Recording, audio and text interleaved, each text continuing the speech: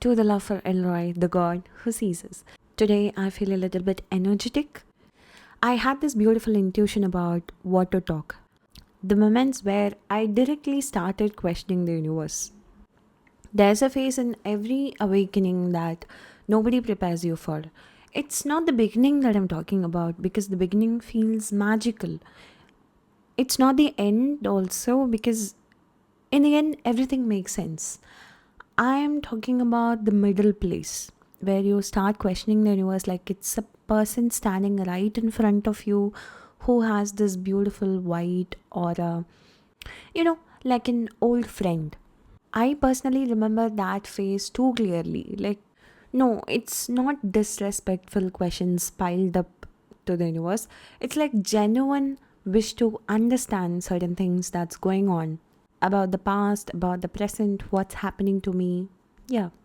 It's like a question and answer session between friends or someone that feels like a mentor. So while this process keeps on going, like questioning, getting answers, questioning, getting answers, I felt exhausted. This usually happens to a lot of spiritual people, and that's why spiritual people, while handling this kind of experiences, must rest regularly because your mind is constantly working. You're asking questions and you have to like interpret it in the right way. You're thinking about things at this point. Even though you are sleepless, at sometimes you sleep like a baby after you hit the bed, like you're exhausted for the next day. There were days I literally looked up and asked, are you sure this path is mine? Because nothing was making sense. Some days felt beautifully aligned, and some days felt like the universe forgot to show up for me, like entirely silent. But this is what I never told anyone about. Before I trusted the universe, I tested it. Like I was trying to know about its patience level. Will it get angry on me, or is it a sad person, or is it a happy person sitting in front of me? I was just trying to know the personality of the universe. See, I'm telling universe as a metaphorical person because it is easy to understand. But honestly, we cannot comprehend the universe or compare it to any human being we ever knew. So yeah, I tested universe a lot. Not in a very childish way, not like asking for random objects to fall from the sky. My tests were quieter, more emotional. Like I would sit with a decision and think, if this is what you want me to do right now, give me a signal or a sign that sounds like an S. I actually still do it. And on some days, the questions were immediately answered, and the piece came right next to the question. On the other days, it was, as I said, it was entirely silent. And when silence stayed, I assumed that the universe was ignoring me because I was new to all the attention that the life was giving me. And if I don't get it, I might feel restless. But later in the journey, I understood that silence is also an answer from the universe. That means, not it, keep watching. So yeah, basically, universe is like a person who sits in front of you on a daily basis and earns your trust. Like slowly, patiently, giving you all the answers that you need in the right way that only you can understand or discern it in a proper, your own way.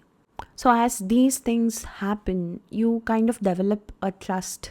Basically, it earns your trust by being with you, not giving you everything that you want right away. It's like, I am here for you right now. What else do you need? So spend some time with me and let us both understand how this all works. It's that kind of a friendship that stays. I would give you this one beautiful instant that changed everything for me.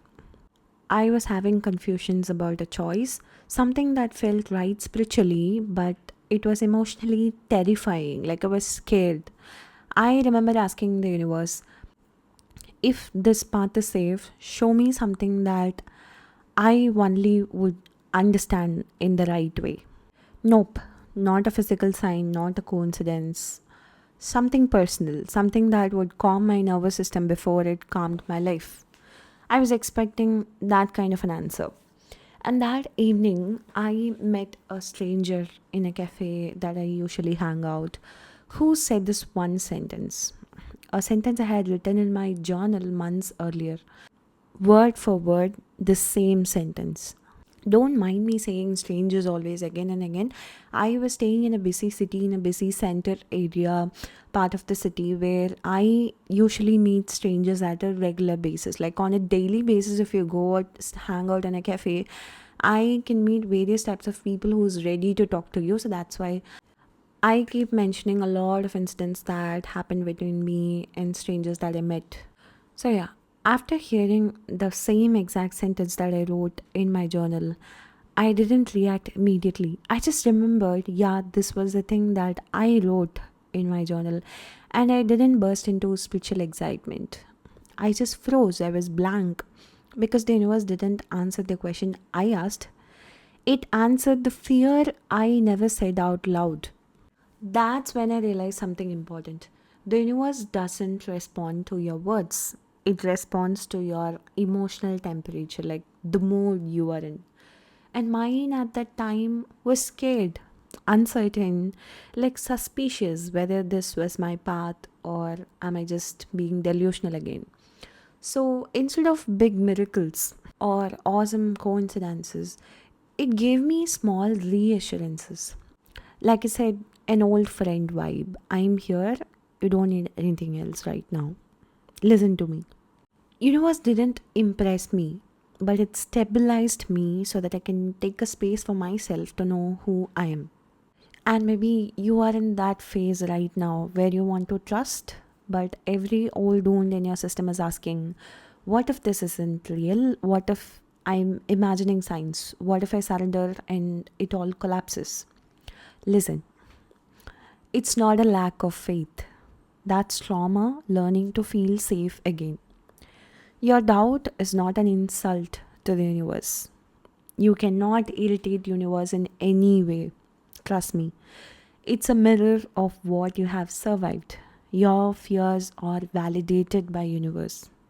It in fact respects it. There's something else I learned during that time. The universe never gets offended when you question it.